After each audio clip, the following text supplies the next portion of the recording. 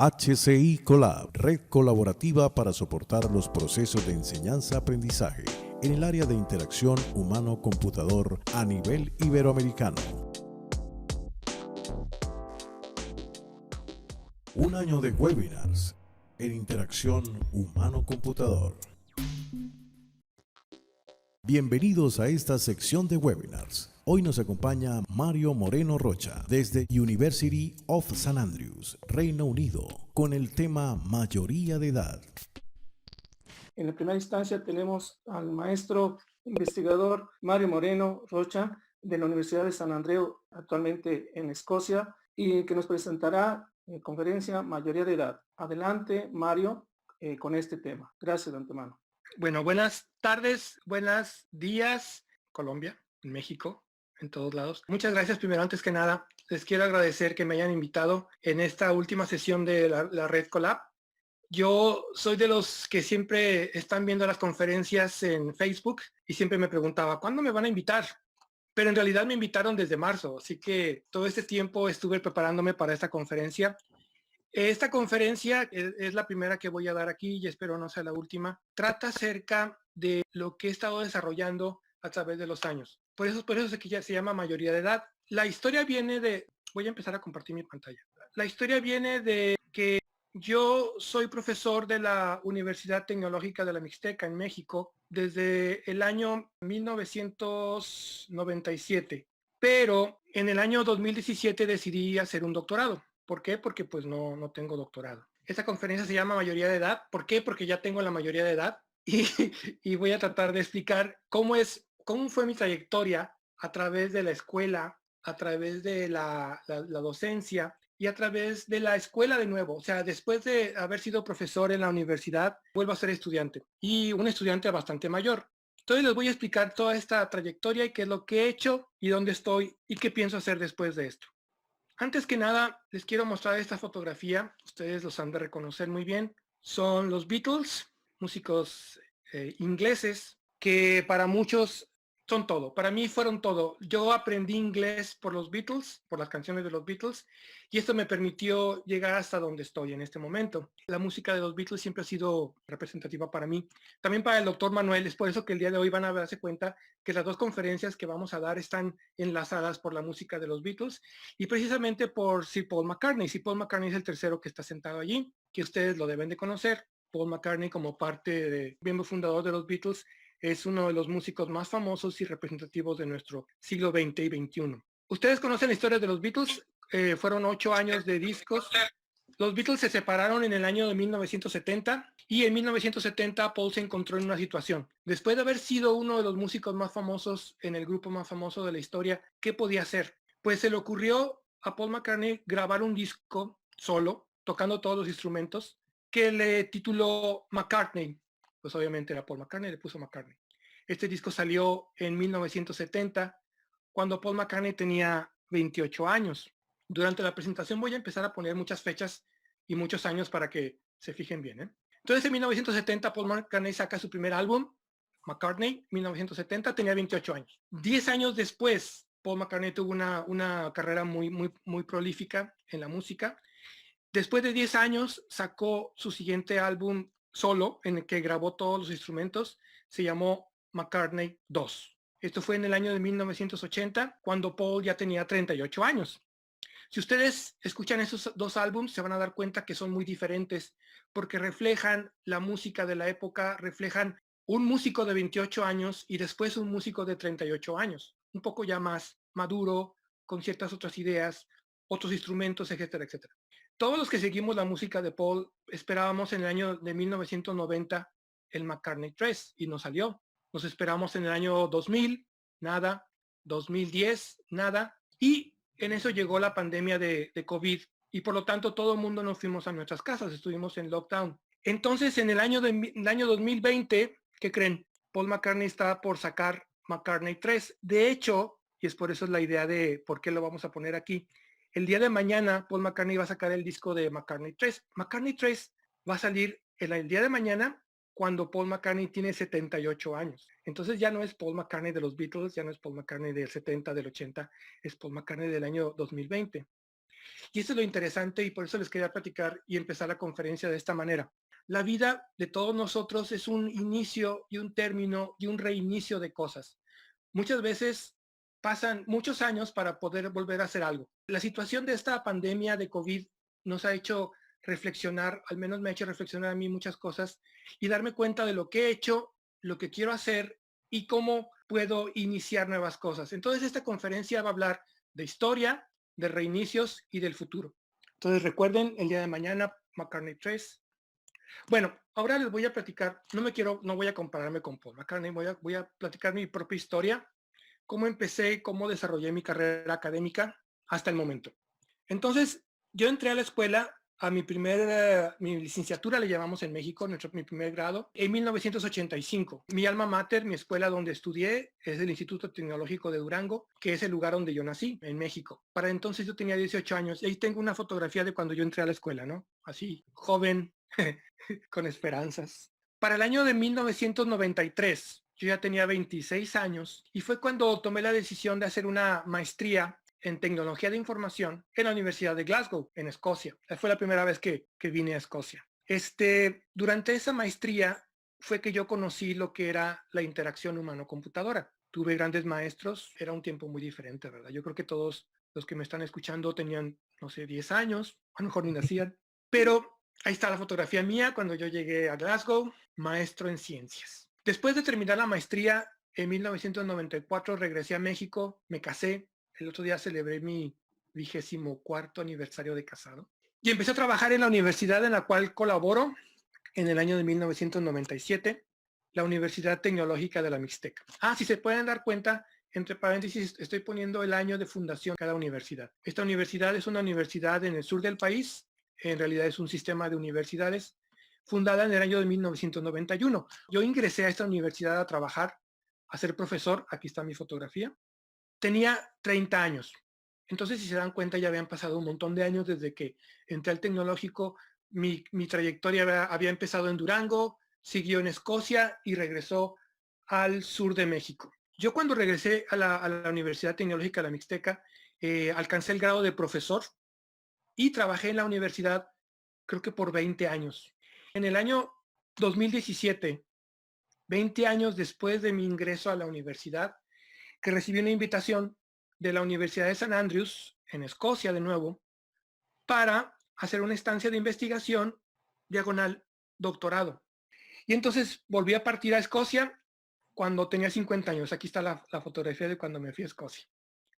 Entonces, si se dan cuenta, era estudiante, tuve una maestría, profesor, y luego regresé a ser estudiante. Ahora soy estudiante de doctorado en la Universidad de St. Andrews, que es una de las universidades más antiguas del Reino Unido, en 1413, tiene más de 600 años. Entonces esta universidad ha visto pasar toda la historia, ¿no? Todo lo que hemos visto en la historia moderna. Entonces cuando me preguntan, Mario, ¿tú qué eres? Bueno, pues yo soy profesor investigador en México, en mi universidad. Soy director de un laboratorio que les voy a platicar un poco sobre él, el USALab, pero también soy estudiante. Mucha gente me pregunta, ¿y cuándo eres estudiante? ¿Y cuándo eres director? ¿Y cuándo eres profesor? Pues básicamente soy estudiante cuando hay descuentos de estudiante, cuando me dicen, ¡ay, descuentos, 25% de descuento de estudiante! Soy estudiante, ¿no? De otra manera, pues ya, mucha gente se compara y dice, ser profesor y luego volver a ser estudiante equivale a ser astronauta y luego ser taxista. Y les digo, no tanto. Pero es diferente porque cuando uno es profesor ya tiene la idea de, bueno, desarrollar proyectos, asesorar estudiantes, generar recursos. Y cuando uno es estudiante, pues tiene todo el tiempo para desarrollar la investigación que a uno le interesa. Que ese es el tema que de alguna forma me pasó a mí.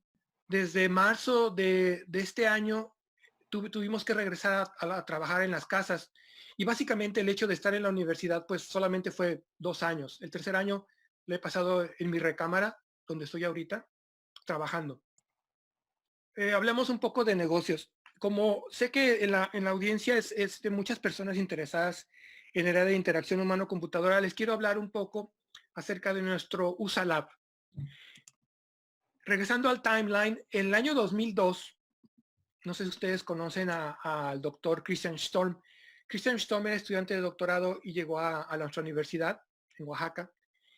Y junto con él empezamos a desarrollar la idea de tener un laboratorio que desarrollara usabilidad, como aquellos que conocíamos en el extranjero, ¿no? Como por ejemplo la Universidad de Glasgow, como los que estaban en Alemania en ese entonces. Y creamos el USALab, Laboratorio de Usabilidad, en nuestra universidad en Oaxaca, en el año 2002. Para entonces yo ya tenía 35 años. Allí está la foto. Ya me parezco un poco, ya me voy pareciendo un poco más a lo que soy. El laboratorio del USALAB fue desarrollado, fue fundado 2 veces. El primero fue en un lugar muy pequeño en la universidad y el segundo, les voy a mostrar unas fotografías. Estas son fotografías de nuestro USALAB. Como se pueden dar cuenta, tenemos el vidrio espejo, tenemos aquí las sillas donde las personas pueden observar las pruebas. Este es el otro lado del laboratorio. Aquí tenemos la sala de pruebas, aunque está en forma de sala de reunión. Será para un focus group a lo mejor. Y de este lado, no sé si alcanza a ver aquí muy bien, pero tenemos las sillas donde están los estudiantes observando las pruebas. Ese laboratorio fue fundado para desarrollar proyectos académicos de los estudiantes y después más adelante empezamos a tener estudiantes de otras universidades que vinieron a hacer sus proyectos de tesis e investigación. Aquí tenemos los televisores, etcétera, etcétera, ¿no? Entonces nuestro laboratorio desde el año 2002 empezó a funcionar como laboratorio de investigación académica, pero en el año 2006 nos dimos cuenta que en México no existe una industria de usabilidad como en otros países y que las necesidades del mercado empezaban a crecer y crecer y crecer. Nuestro laboratorio del USALAB fue el primer laboratorio de usabilidad en universidades. Anteriormente existía uno en la UNAM, que es la Universidad Nacional Autónoma de México, que se dedicaba a diferentes actividades. Nosotros decimos que el primer laboratorio fue el de la UNAM, y los de la UNAM dicen que fuimos nosotros, así que bueno, como ustedes escogen. Nuestro trabajo en el laboratorio es docencia, quiere decir, en el laboratorio se imparten clases de diseño centrado al usuario, de usabilidad, de experiencia de usuario. Hacemos investigación, ya sé que trabajamos diferentes investigadores desarrollando papers, haciendo proyectos, tesis, concursos académicos. Si conocen la historia del USALAB, está muy relacionada con los estudiantes, con equipos de estudiantes que compiten y ganan en competencias nacionales, latinoamericanas e internacionales. No solamente nosotros, como les decía, somos un sistema de universidades, entonces egresados nuestros que trabajan en otras universidades de nuestro sistema hacen lo mismo que nosotros. También ellos nos han ganado a nosotros, nosotros les hemos ganado a ellos, etcétera, etcétera. Y por último, como les decía, hacemos proyectos con la industria. Empezamos como laboratorio de investigación académica y nos movimos al hecho de ser un laboratorio que desarrolla proyectos con bancos, con empresas internacionales. Ahorita les voy a decir una lista de clientes. Las lecciones aprendidas han sido nuestra mejor educación en el área y hemos evolucionado con el mercado. El laboratorio del USALAB tiene entonces 20 años ya, 20 años, 20, no, bueno, 18 años, no sé cuántos, 18 años desarrollo. Y eso ha servido mucho porque tenemos nosotros una maestría que se llama medios interactivos, donde los estudiantes llegan, estudian y luego colaboran con nosotros en proyectos. De esa manera aprenden mucho del mercado real, de los proyectos reales, ¿no? Tienen acceso a tecnología que mucha gente no tiene. El USALAB, yo como ustedes saben estoy en Escocia desde hace 3 años. El USALAB sigue trabajando a distancia conmigo. Trabaja a pesar de que yo no estoy. Mucha gente dice que trabaja mejor desde que no estoy, pero bueno, eso se puede debatir. Bueno, desde el año 2006 empezamos a trabajar con la industria y aquí tenemos, se alcanzan a ver aquí una lista de algunos clientes importantes, como por ejemplo Volkswagen, BlackBerry, hoteles.com, Palm, que ya desapareció, no por nosotros, Siemens, que tenía una división de dispositivos móviles que ya desapareció, no por nosotros, Audi, Cisco, algunas dependencias del gobierno federal mexicano. Google, hemos trabajado con Google, hemos trabajado con una empresa de teléfonos que se llama Apple, el Instituto Mexicano de Seguro Social, algunas empresas de electrodomésticos, no sé por qué nos empezaron a dar trabajo de electrodomésticos, Blue Line, una empresa de Sudáfrica, creo. PayPal, cada software. Nuestra universidad además tiene una empresa desarrolladora de software y hemos trabajado con ellos, se llama Cada Software.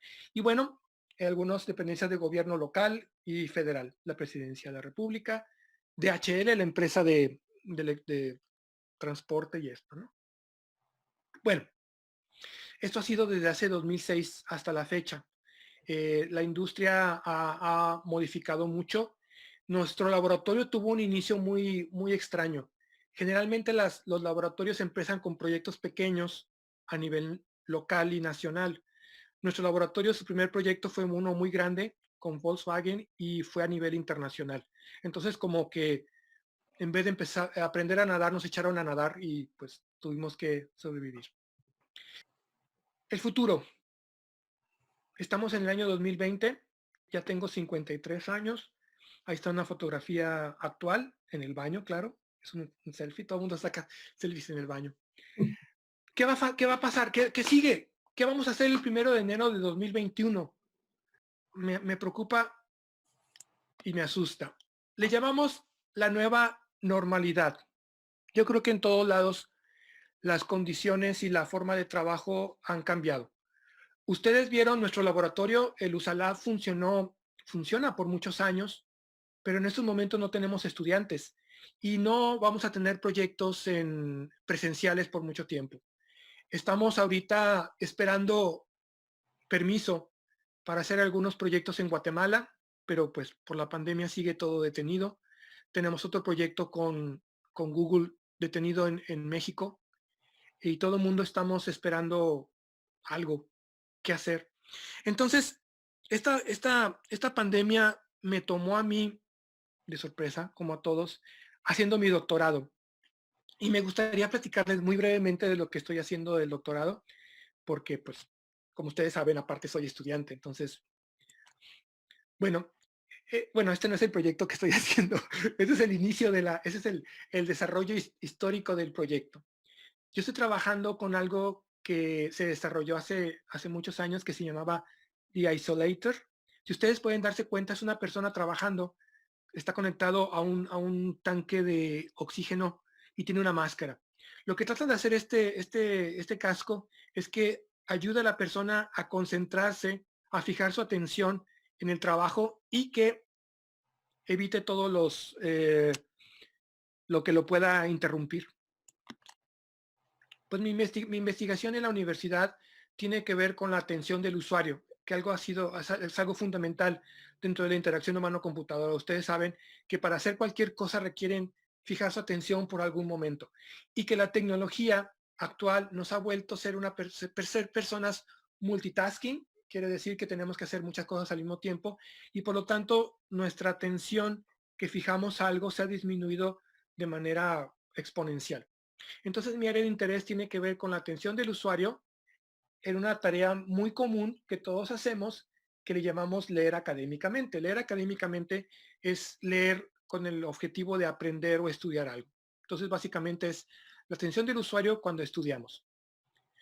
No voy a platicar toda la historia, pero hicimos obviamente pruebas con equipo de eye tracking porque necesitábamos saber dónde el usuario ponía su atención, su focus cuando lee.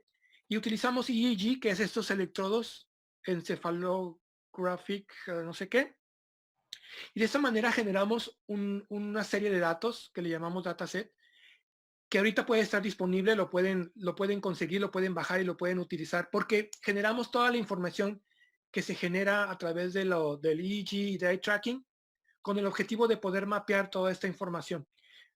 Como ustedes se dan cuenta, mi objetivo es la atención, y por lo tanto estamos utilizando técnicas de visualización de data visualization, y los resultados de la visualización de datos lo estamos pasando por machine learning, algunos algoritmos medio extraños que todavía tengo que aprender, con el objetivo de encontrar patrones. La idea es encontrar patrones y saber cómo es que la gente lee y cómo es que la gente fija su atención en el texto que está leyendo. Y de esta manera poder aplicar esos patrones en el texto en otro tipo de plataformas. Básicamente eso es lo que les puedo contar de mi trabajo. Hay muchas cosas que me gustaría platicar interesantes, pero después lo hacemos. Bueno, Hope for the Future. Es otra canción de Paul McCartney, por cierto. Dije yo, esa yo la conozco. Así, Hope for the Future. Bueno, el futuro. Como les decía, ¿qué va a pasar? Voy a regresar a México, seguiré siendo profesor, director y estudiante. El doctorado tiene que terminar y cuando termine, pues bueno, seré doctor. Voy a agregar algo más en mi doctorado a los 53 años, espero. Para todos nosotros, como ustedes se dan cuenta, la vida es una serie de inicios, términos y reinicios. Entonces, probablemente muchos de ustedes estén en el proceso del inicio, probablemente algunos nos encontremos en el final de nuestro proceso y el reinicio de algo. Entonces, solamente les digo que no tengan miedo, las cosas van a cambiar, van a ser mejores y espero que el año que entra pinte mejor. Por último, les dejo la fotografía de Paul McCartney actualmente, ya tiene 78 años. Esperaremos un McCartney 4 en 10 años, cuando tenga 88 años. Mucha gente decimos que no, pero esperamos 40 años para escuchar McCartney 3. Entonces probablemente lo podemos lograr hacer. Y ya, muchas gracias a todos. Si tienen alguna pregunta, están mis datos. Me pueden encontrar en Facebook o en Twitter como Sir Peto y mi cuenta de correo en San Andrews está aquí. A todos, muchas gracias. Si tienen alguna pregunta, aquí estoy. Muy bien, Mario. Gracias por tu presentación. Excelente. El compartir la experiencia adquirida en investigación e incluso pues con asesorar estudiantes y poder justamente llevarlos a buen término, a un triunfo, es que allí están plasmados en diferentes pues eventos que has llevado ahora es una tarea que también comunga muy bien con con los webinars, HC Lab, justamente conformar pues contenidos, recursos y experiencias, buenas experiencias a la comunidad, tanto a nivel de no solamente de investigador, como dice también aquí Tony Granoles, dice, quiero comentar que charlas como esta enriquece el repositorio, así que estamos construyendo. Los viejos del lugar deberíamos contar nuestras batallitas. Y eso tú lo haces muy bien. Gracias. Ánimo. ¿Sí? Yo te conocí en a inicios Hace antes muchos de años. hacer el laboratorio de usabilidad, y me impresiona digamos, la iniciativa por la cual lo lanzaste. Cuando mencionaste que en México se hacía de cierta manera, no sé cuál era ese contexto o por qué dices que la usabilidad se hacía en México, Diferente. no sé, diferente, ¿no? ¿Diferente a qué o qué? ¿Y qué se ha logrado, no? Porque si es primero, Sí. segundo, no es competencia tampoco, ¿verdad? Y con la UNAM. Adelante. No, gracias. Bueno, en el año de 1994, cuando yo regresé de la maestría, yo busqué empleo en las universidades más grandes de México, en el TEC de Monterrey, en la UNAM, y nadie me contrató. Entonces, por eso me fui a una universidad muy pequeña en Oaxaca, y ahí construimos todo. Lo que pasa es de que cuando, en el año de 2006, que empezamos a hacer estos proyectos con la industria, existía la necesidad de hacer proyectos con la industria, pero no había quien lo hiciera. Nos dimos cuenta que los laboratorios de usabilidad que hacían pruebas en México eran de Estados Unidos, pero no eran locales. Y el problema con los laboratorios de Estados Unidos es que no conocían el entorno y el contexto mexicano. Eso fue lo que nosotros aplicamos al mercado. O sea, fuimos los primeros laboratorios mexicanos haciendo estudios, obviamente con usuarios mexicanos. Eso fue hace muchos años. Si ustedes revisan ahorita el mercado en México, se van a dar cuenta que hay una gran cantidad de laboratorios trabajando, muchos muy buenos. Como dice, no somos competencia, todos nos conocemos y de hecho hemos colaborado muchos laboratorios juntos, o sea, hemos colaborado en varios proyectos. Hay mucha competencia. Nosotros lo que estamos haciendo ahora con el mercado es que nos hemos diversificado. Como decía, el mercado nos da la pauta de lo que tenemos que hacer. Y ahora estamos empezando una campaña, digamos, hacia Centro y Sudamérica. ¿Por qué? Porque obviamente el mercado canadiense norteamericano está completo, el mercado mexicano ya se está llenando y en Centroamérica nos hemos dado cuenta de que existe esa necesidad ahorita. Tenemos clientes socios en Guatemala Y obviamente, pues bueno, ustedes conocen la gente en Costa Rica, en Colombia, en Perú, en Argentina. Cada país tiene su gente, ¿no? Entonces, esto sigue creciendo a nivel mundial. Empiezo a ver proyectos desarrollados con laboratorios latinoamericanos en Europa. O sea que era antes de que los norteamericanos llegaban a México. Ujú. Los europeos estuvieron muchos laboratorios en México, ahora laboratorios latinoamericanos van a Europa. Gracias. Aquí sí, hay una Sí, pregunta de Tony. es el comentario de Tony. No Sí, sé si lo sí, ves ahí. No sí, sé. sí. Dice, el nuevo contexto interactivo actual, ¿crees que el laboratorio de usabilidad, como lo has mostrado, sigue teniendo validez? Híjole, la pregunta es, y lo que yo les platicaba, ya no podemos traer usuarios al laboratorio. Y como ustedes se dan cuenta, el laboratorio fue construido para tener los usuarios en el laboratorio. Obviamente hay muchas herramientas nuevas que nos permiten hacer pruebas a distancia. Particularmente a mí no me gustan, las tenemos que hacer, pero esa es una muy buena pregunta. Yo creo que en el futuro los laboratorios como el que tenemos no se van a ver mucho. Van a ser laboratorios más pequeños y van a ser laboratorios más versátiles. Nosotros tenemos también un laboratorio móvil que usamos cuando hacemos pruebas fuera, y el laboratorio móvil era una maleta de este tamaño y ahora es una mochila de este tamaño. Entonces, pues ahora podemos hacer pruebas con un teléfono. Y yo creo que el laboratorio como el nuestro va a quedar como laboratorio de enseñanza. No sé si puedan servir más adelante. Tal vez, no sé, focus groups y cosas así, ¿no? No, ok, sí, no. Muy buena respuesta. Eh, También dice la otra, desde tu experiencia, ¿cómo ves la aplicación de HCI en el ámbito de la salud? Sobre todo en el acompañamiento de Tratamientos los médicos. médicos. Sí, Fíjate que, gracias María Consuelo Rodríguez, gracias. sí, de María Consuelo. Estábamos leyendo unos papers de CAI 2021, y estaba leyendo un paper interesante sobre HCI en respiradores.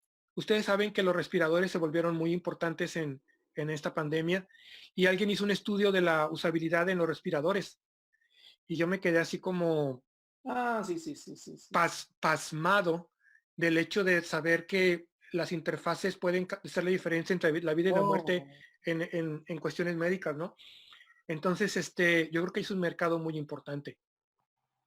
Deberíamos de hacer una sesión únicamente de esto, ¿no? De cuestiones de salud médicas, porque también tenemos lo de Big Data. Big Data es una forma de tomar decisiones muy importante, y la visualización, que era algo que no me llamaba mucho la atención antes, pero ahora con mi doctorado sí, nos dice cómo poder tomar decisiones con información. Entonces, todo está junto.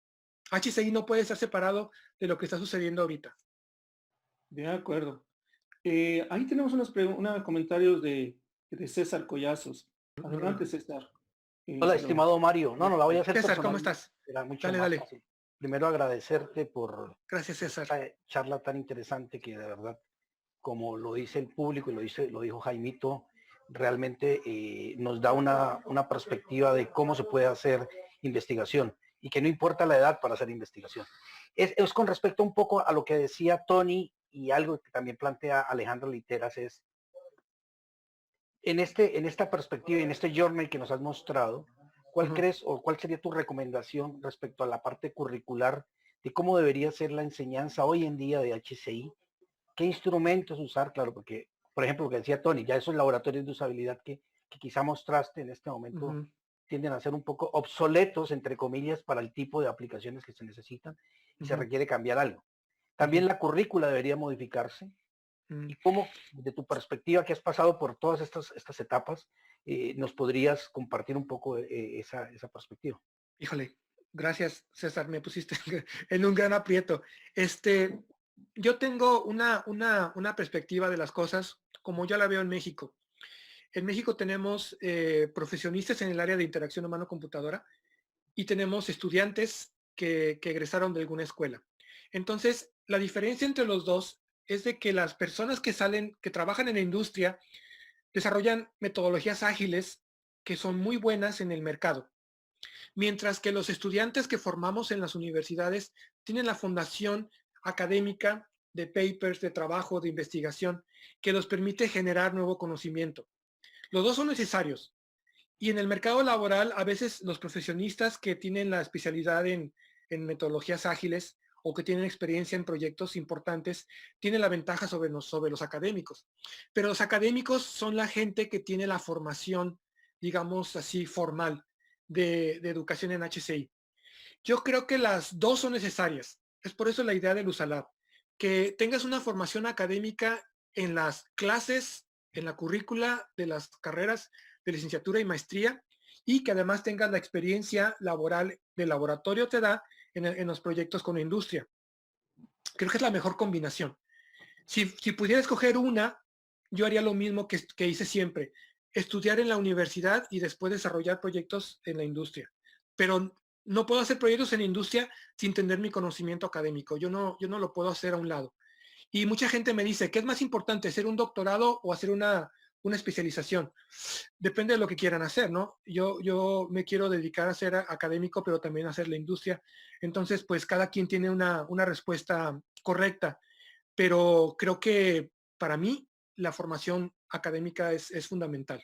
Entonces te llegan a hacer preguntas como cuando Alicia preguntaba en El País de las Maravillas, ¿a dónde puedes guiarme, ilustrísimo Mario, para ir a triunfar en HCI, ¿no?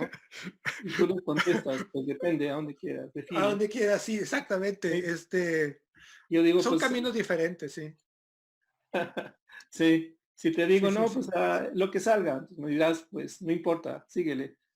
Sí, vas a llegar, ¿no? O sea, sí, Ajá. sí, sí, sí. La cosa es no dejar de intentar y la cosa es aprender cosas, ¿no? O sea, uno no puede decir que con un Sí. doctorado ya sabe todo. Dice, gracias, Mario. Tengo una última pregunta para la Sí, cuestión de los tiempos. Dice María Villegas, ¿qué estrategias recomendarías para darle visibilidad a los laboratorios de usabilidad fuera del ámbito universitario? híjole, creo que lo que mencionaban ahorita, ¿no? O sea, los laboratorios de usabilidad, más que la instalación que vieron, el vidrio espejo, las cámaras, Sí, es un lugar donde la gente trabaja y colabora. Nuestro laboratorio siempre está abierto para que grupos de trabajo desarrollen nuevas ideas y trabajo. Eso es en el nivel académico, ¿no? En el nivel académico tenemos nosotros eventos donde invitamos a gente de diferentes carreras a colaborar en proyectos que aporten su conocimiento, ustedes saben, ¿no?